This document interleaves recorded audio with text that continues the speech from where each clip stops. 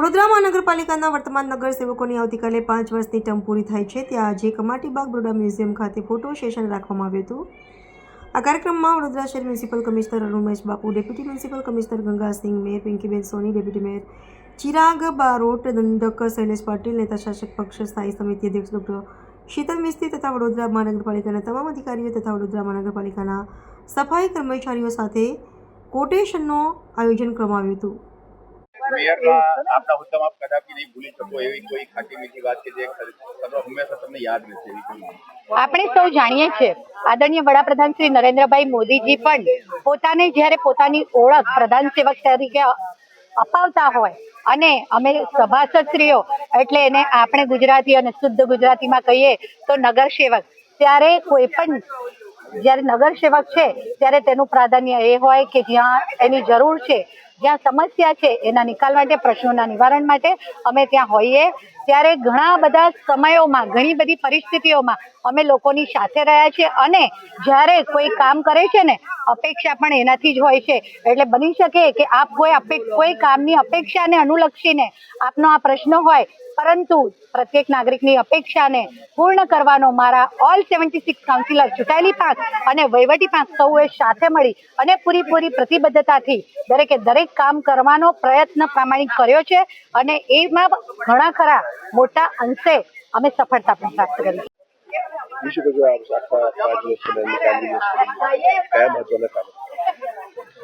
વડોદરા શહેર કલા અને સંસ્કૃતિની નગરી એવી વડોદરા શહેર આજે આવતીકાલે એટલે કે 10મી માર્ચે જ્યારે આ બોર્ડની પૂર્ણાહુતિ છે ત્યારે વડોદરા મહાનગરપાલિકાની પ્રણાલિકા મુજબ સમગ્ર બોર્ડ અને અધિકારીશ્રીઓની ટીમ સાથે અહીં સાથે મળી અને ગ્રુપ ફોટોનું આયોજન કરવામાં આવ્યું હતું, જેમાં સૌએ સાથે મળી અને આજે ગ્રુપ ફોટો પાડ્યો છે વડોદરા શહેર અને વડોદરા મહાનગરપાલિકાના સર સયાજીરાવ સભાગૃહમાં પોતપોતાના વિસ્તારનું પ્રતિનિધિત્વ કરતા મારા સૌ સાથી સભાસદશ્રીઓ સૌએ સાથે મળી અને 5 વર્ષ દરમિયાન પછી તે વડોદરા શહેરના વિકાસની ગતિને પ્રગતિ આપવાની હોય, લોકોના પ્રશ્નોના નિકાલ હોય, સમસ્યાઓના નિવારણ હોય કે કોઈક નવા આકર્ષણોનો ઉમેરો કરવાનો હોય, અમારી આગળનું 2.5 વર્ષ પહેલાનું પદાધિકારીશ્રીઓનું બોર્ડ હોય, આ બોર્ડ હોય કે એની આગળના બોર્ડ અને વડોદરા શહેરનું કોઈ પણ પ્રતિનિધિત્વ, પછી તે કેન્દ્ર સરકારમાં પ્રતિનિધિત્વ કરતા હોય, રાજ્ય સરકારમાં પ્રતિનિધિત્વ કરતા હોય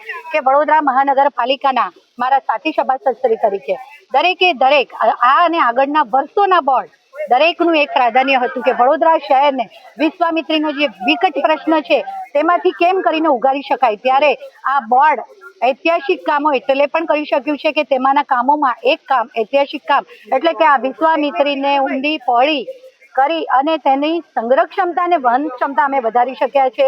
આજવા સરોવર જે આપણા રાજા એટલે સર સયાજીરાવ ગાયકવાડજી દ્વારા આપણને આપેલું નજરાણું, જેના થકી મોટાભાગના વિસ્તારોમાં આજે પીવાના પાણી પહોંચે છે, ત્યારે તેને પણ ડ્રેજિંગ કરી અને તેની પણ સંગ્રહ ક્ષમતામાં વધારો કર્યો છે। પ્રતાપપુરા સરોવરનો પણ સંગ્રહ ક્ષમતામાં વધારો કર્યો છે। તો દેણા ખાતે એક નવીન તળાવનું આયોજન કરી અને તેનું પણ સંગ્રહ ક્ષમતા અને પાણીના એક નવા સ્ત્રોત તરીકે અમે વિકસાવી શક્યા છે।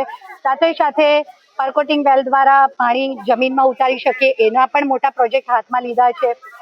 ટૂંકમાં કહીશ કે 1200 જેટલા મારા સફાઈ સેવક ભાઈઓ તથા બહેનો માટે અમે 1200 જેટલા નવા મહેકમ ઊભા કરી અને વડોદરા શહેરને સ્વચ્છતાના માર્ગે સ્વાસ્થ્ય સમૃદ્ધિનો વૈભવ અર્પણ કરતા એવા સફાઈ મિત્રો માટે પણ આ બોર્ડ જ્યારે નિર્ણય લઈ શક્યું છે, ત્યારે આપ મીડિયાના માધ્યમે, આપ મીડિયા કે જેમણે આ 5 વર્ષ વડોદરા મહાનગરપાલિકા હોય કે વડોદરા મહાનગરપાલિકા દ્વારા થતા વિકાસના કામો હોય કે સમસ્યાના નિવારણ પૂરેપૂરી પારદર્શિતાથી મારા વડોદરા શહેરના પ્રત્યેક નાગરિક સુધી દરેક વિષય પહોંચાડ્યો છે। ત્યારે આજે આપ સમક્ષ હું ઈશ્વરનો આભાર અભિવ્યક્ત કરું છું કે ઈશ્વરે આ બોર્ડના એટલે કે અમારા સૌ ઓલ 76 સાથી સભાસદશ્રીઓ, 3 મેયરશ્રી ઇન્ક્લુડિંગ મી અને 4 કમિશનરશ્રી અને એમની ટીમ એટલે કે ચૂંટાયેલી પાંખ અને વહીવટી પાંખ એક સાથે ખભે ખભો મિલાવી અને આવા ઐતિહાસિક કામો કરી શક્યા એ બદલ ઈશ્વરનો હું આભાર માનું છું કે એમણે અમારી પસંદગી।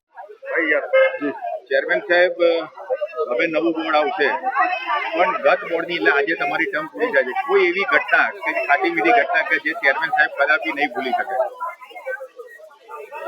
2021 10 માર્ચથી આ બોર્ડ ચાલુ થયું હતું। 2026 10 માર્ચે આ બોર્ડના 5 વર્ષ પૂર્ણ થયા છે. જે ઘટનાઓની વાત કરું તો કે ઉડીને આંખે વળગે એવી ઘટનામાં જે પૂરની પરિસ્થિતિ આવી હતી તે વખતે જે ભયાનક પૂર હતું, નાગરિકોને કાફી યાતનાઓ થઈ હતી, ઘણા માલ મિલકતનું નુકસાન થયું હતું. અને ત્યારબાદ આખી વિશ્વામિત્રીનો સ્ટડી કરવો, આખી વિશ્વામિત્રી નદીની કેટલી વહન ક્ષમતા છે એનો સ્ટડી કરવો, વિશ્વામિત્રી નદીમાં કયા કયા તળાવના પાણી ઠલવાય છે, ખાસ કરીને જે વડોદરાનું તળાવ છે, હરિપુરાનું તળાવ છે, ધાંગધ્રાનું તળાવ છે, એને પર્સનલી મેં અને દિલીપ રાણાએ બાઇક પર બેસી અને આખા તળાવની પ્રદક્ષિણા કરી હતી. એના ચેકડેમ જોયા હતા કે કઈ રીતે પાણી કેટલી માત્રામાં ઓવરફ્લો થાય છે. ત્યારબાદ મન બનાવ્યું કે વિશ્વામિત્રી નદીનું વાઇડનિંગ રિસેક્શનિંગ કરવામાં આવે, જેથી કરીને એની વહન ક્ષમતા છે 700 ક્યુમેકથી વધારીને 1144 ક્યુમેક કરવામાં આવે. પહેલી વખત પ્રતાપપુરા સરોવરમાંથી 15 લાખ ઘન મીટર માટી કાઢી અને એનું ઊંડું કરવામાં આવ્યું છે, જેનું ફળ આપણે જોયું કે હાલોલ પંથકમાં 7.5 ઇંચ જેટલો વરસાદ એક દિવસમાં થયો, છતાં પૂરની પરિસ્થિતિ આપણે ટાળી શક્યા. એવી જ રીતે આજવા સરોવરને પણ ડ્રેજિંગ કરવાનું કામ કર્યું. એટલે કહી શકાય કે કદાચ ભારતભરમાં પહેલી ઘટના આવી હશે કે 100 દિવસની અંદર 24.7 કિલોમીટર નદીનો પટ પહોળો કરવામાં આવ્યો. સાથે સાથે જે ઉડીને આંખે વળગે એવી વસ્તુ છે કે તમામ કાઉન્સિલરો, તમામ નાગરિકો, જેસીબી હોય, રોલર હોય, એફસી હોય, એના માટે મુઆમ કરતા મોટી સંખ્યામાં વાહનો ખરીદ્યા છે, જેથી કરીને આવનારા કાઉન્સિલરોને પોતાના એરિયામાં કામગીરી કરવામાં સરળતા રહે. જે ફાયર સ્ટેશન ઓછા હતા, 50,000ની વસ્તુ એક ફાયર સ્ટેશન હોવું જોઈએ, એના માટે નવા ફાયરમેનોની ભરતી કરવી અને ફાયર ઓફિસરોની ભરતી કરવી, સાથે સાથે એક સ્ટાફ ક્વાર્ટર સાથેના ફાયર સ્ટેશનો બનાવવા અને 16 ફાયર સ્ટેશનો બનાવવાનું આયોજન છે. યુવાનોને ઉત્તમ પ્રકારની તકો મળી રહે એ માટે 4 ઝોનમાં એક સ્પોર્ટ્સ કોમ્પ્લેક્સ બને, દરેક ઝોનમાં એક સ્વિમિંગ પુલ બને અને એ પણ ઓલિમ્પિક કક્ષાનો ઇન્ડોર સ્વિમિંગ પુલ બને એ પ્રમાણેના આયોજન કર્યા છે. દરેક વોર્ડમાં 3 થી 4 પ્લોટ આઈડેન્ટિફાય કરી એને કમ્પાઉન્ડ વોલ કરી અને એને ઈયર માર્ક કરવામાં આવે વેજીટેબલ માર્કેટ માટે, કે જે રોડ પર વેજીટેબલ માર્કેટ છે એ અંદર જાય. સાથે કહી શકાય કે પ્લેગ્રાઉન્ડ મળે, પી એન્ડ પાર્કના ઇજારા થાય, વડોદરા શહેર વધુ બ્યુટીફુલ અને વધુ સુંદર થાય એ પ્રમાણેના આયોજનો લીધા છે. આ વર્ષે રોડમાં 500 કરોડ રૂપિયા મૂક્યા છે. પાણીના કામો માટે લગભગ 1000 કરોડ રૂપિયાનું એક્સપેન્ડિચર કરી અને 2025ની વસ્તીને ધ્યાનમાં રાખી અને 1495 MLDની કેપેસિટી ઊભી કરવાની છે. આજની તારીખે 680 MLD કેપેસિટી છે. એ માટેના આગામી આયોજનો લીધા છે. નિમેટાના 2 WTP ચાલી રહ્યા છે, રાયકાનો WTPનું કામ ચાલી રહ્યું છે. આવનારા સમયમાં અનગઢનો 150 MLDનો WTP બનવા જઈ રહ્યો છે. એવી જ રીતે 4 થી 5 જેટલા STPના કામ ચાલી રહ્યા છે. વડોદરા ઓપન ડિફિકેશનમાં વોટર પ્લસ તરીકે જાહેર થયું છે. આજની તારીખે 660 MLD કેપેસિટી છે. આવનારા સમયમાં આ કેપેસિટી 989 MLD કરવા માટે આગામી 2 વર્ષમાં તમામ આયોજનો લેવામાં આવશે. લોકોની સુખ સુવિધામાં વધારો થાય, લોકોની હેપીનેસમાં વધારો થાય એ માટે દરેક ઝોનમાં એમની કમ્પ્લેનનો વેલ્યુ સોલ્વ થવા માટે સિવિક સેન્ટર બનાવવામાં આવશે, દરેક ઝોનમાં વેજીટેબલ માર્કેટ બનાવવામાં આવશે, મહિલા સશક્તિકરણ માટે દરેક ઝોનમાં એક વર્કિંગ વુમન હોસ્ટેલ બનાવવામાં આવશે, યુવાનોને પ્રોત્સાહન મળે એ માટે યુથ હોસ્ટેલ બનાવવામાં આવશે. કહેવાનો મતલબ કે વડોદરા શહેરનો સર્વાંગી વિકાસ થાય, સર્વસમાવેશક વિકાસ થાય અને ખાસ કરી અને સર્વસમાવેશકમાં ગરીબોને પોતાના ઘરનું ઘર મળે. આવનારા 2 વર્ષમાં 10,000 જેટલા મકાનો બનાવવાનું આયોજન છે.